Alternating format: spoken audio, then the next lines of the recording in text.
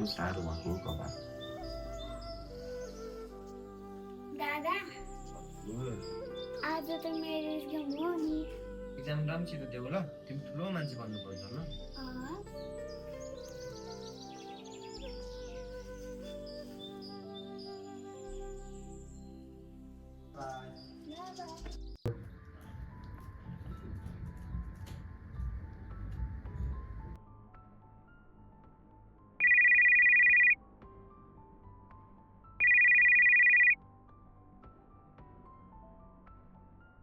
hello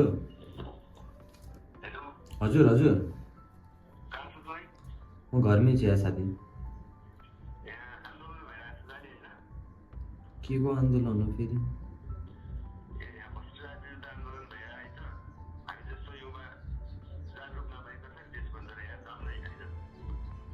ल यार म आउँछु ल ल हुन्छ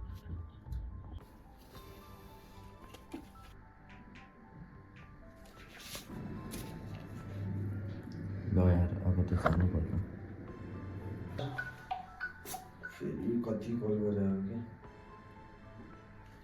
हेलो ए म जुत्ता लाउँदैछु यार ए ल म अब निस्किनु लाग्छु ल यार ल ए ल हुन्छ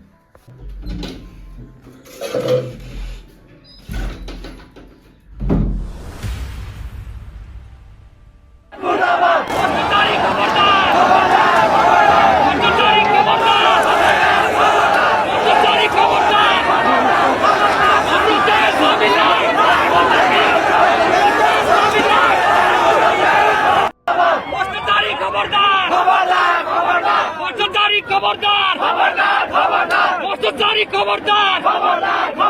हाम्रो देश हामीलाई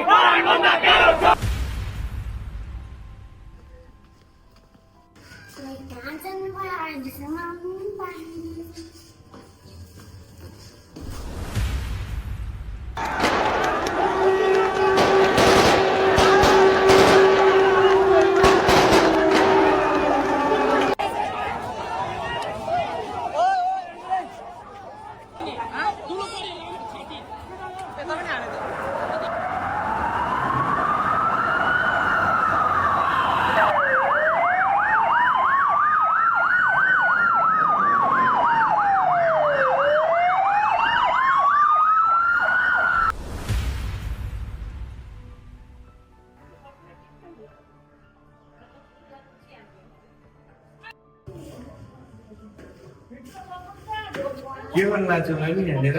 दादालाई खोजेर दादा दादालाई कल गरिदिनु न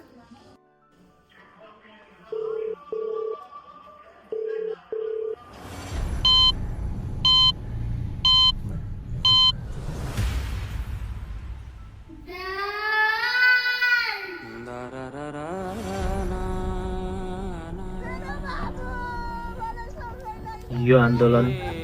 भ्रष्टाचार विरुद्ध थियो यो आन्दोलन देश विकासका लागि थियो यो पढ्दै गरेको नानीको भविष्यका लागि थियो तर आजसम्म हत्यारालाई कारबाही भएन खुल्लमखुल्ला चुनाव लडिराखेको छ यति हुँदा पनि फेरि जनताले ती भ्रष्ट र हत्यारा नेतालाई भोट दिन्छन् भने अरू कति बहिनीहरू त्यसलाई पर्खेर बसिराख्नु पर्ने हो त्यो भन्न सकिन्छ तपाईहरुले यहाँसम्म भिडियो हेरिदिनु भएकोमा धन्यवाद आफ्ना प्रतिक्रियाहरू कमेन्टमा दिनुहोस्